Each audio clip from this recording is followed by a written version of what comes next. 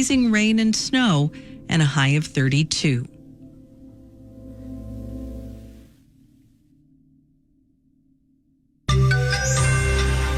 A new jobs report and a familiar labor market tale. Marketplace Morning Report is supported by Progressive Insurance with Snapshot. Learn more about Snapshot at progressive.com or 1-800-PROGRESSIVE. Snapshot not available in California or from all agents. From Marketplace, I'm Nova Safo in for David Brancaccio. A few minutes ago, we got the government's latest labor market assessment. The economy added 143,000 jobs in January, below expectations, but still solid.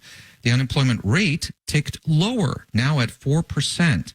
Joining me live is Julia Coronado, founder and president of Macro Policy Perspectives. Julia, the headline numbers, do they tell us anything new? Well, they do confirm that the labor market remains in pretty solid territory. So you noted it's a little below expectations, but we got upward revision to December. Hiring is still pretty broad-based and pretty solid, and it's enough to absorb new entrants in the labor market, and the unemployment rate is low. So pretty much good news. The numbers are noisy, though, right? Yes, and we had a big annual revision as part of this report. There's a lot to sort through. Again, stepping back, it looks like after a weak patch last summer, the labor market has stabilized, and it's starting the year in pretty healthy territory. All right, Julia Coronado of Macro Policy Perspectives. She also teaches at University of Texas, Austin. Thank you very much. My pleasure. Let's do the numbers. Well, Wall Street moved a bit lower earlier on the news, but now seems to be waffling up 0.1%. That's the Dow futures. S&P futures are up 0.6%. NASDAQ futures are up. I'm sorry, that's 0.1% for the S&P futures. NASDAQ futures also 0.1%. Well, a new Bankrate study finds a vast majority of Americans spend money on a common vice, including alcohol, tobacco, and gambling. There's a generational divide here. Marketplace's Kaylee Wells explains. Alcohol is the top choice for every generation, but it's most popular among older generations and folks with a higher income. Senior research fellow Christine McDaniel at George Mason University's Mercatus Center says those two stats are related. There's a bit of an income effect there. Older people tend to be more financially stable, but also just cultural. They just prefer to relax with a glass of wine or cocktail. Sports betting is not nearly as universal. It's particularly big with people under 30. Half of Gen Zers are spending on online sports betting. That's more than double the percentage of Gen Xers and more than triple the boomers. There's a lot of evidence that Gen Zers are bigger risk takers with their money. Ted Rossman is a senior industry analyst with Bankrate. He says older generations are likely more debt averse because they lived through the Great Recession.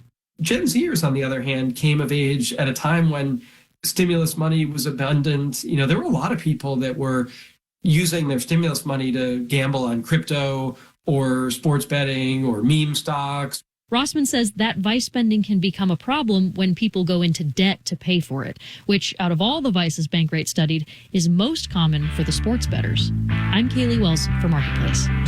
Marketplace Morning Report is supported by Clear Channel Outdoor, offering a nationwide network of billboards and data solutions that help businesses build brand awareness and influence consumer behavior. Billboardsforbusiness.com. And by Schwab. Schwab offers investors choices like full-service wealth management, self-directed investing options, and trading on Thinkorswim. More at schwab.com. Last week, President Trump removed 2 Democratic members from the Equal Employment Opportunity Commission and 1 member, Gwyn Wilcox, from the National Labor Relations Board. Wilcox is now suing. The lawsuit could test the limits of presidential influence over independent agencies, which oversee everything from stock markets to monetary policy. Some legal experts think the White House wanted a test case to advance a theory known as the unitary executive. For more, let's turn to Stephen Calabrese, a professor of law at Northwestern University. He's written a book on the subject. Welcome. Thank you for having me. So when you were part of the Reagan White House and the Justice Department then, you helped advance the unitary executive theory and have written extensively about it since. Can you explain what it is and why you support the idea? The theory of the unitary executive is the theory that the president is the head of the executive branch. He has all of the executive power, and he has the authority to fire subordinates for policy reasons if they disagree with him and if he wants to do so. Now, this would break, though, with nearly 100 years of legal precedent, as well as laws written by Congress that limit a president's ability to fire. How do you square those two things? There was a case in 1935, Humphrey's Executor, which said that there might be an exception to presidential removal power.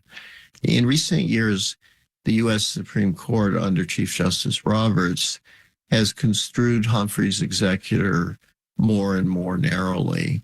And in my view, the court is ready to overrule Humphrey's Executor, and I think it should overrule Humphrey's Executor.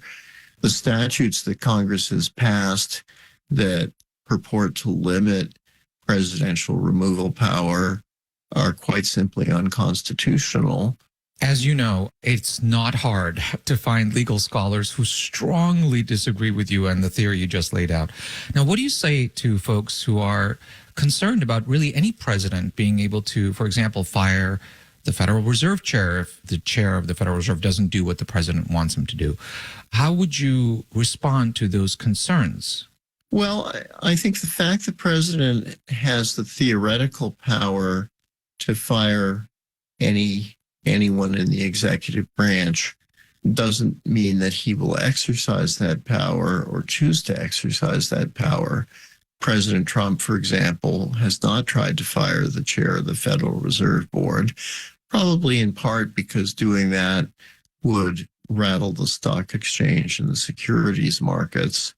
Congress will push back against the illegitimate firing of subordinate executive officials. And the fact that Congress has not pushed back against the firing of officials that President Trump has done in the last 2 weeks indicates that he's not abusing the firing power.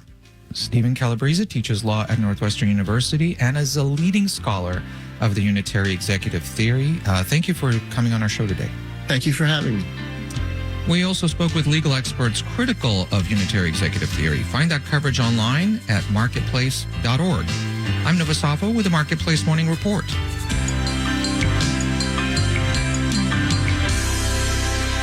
From APM, American Public Media.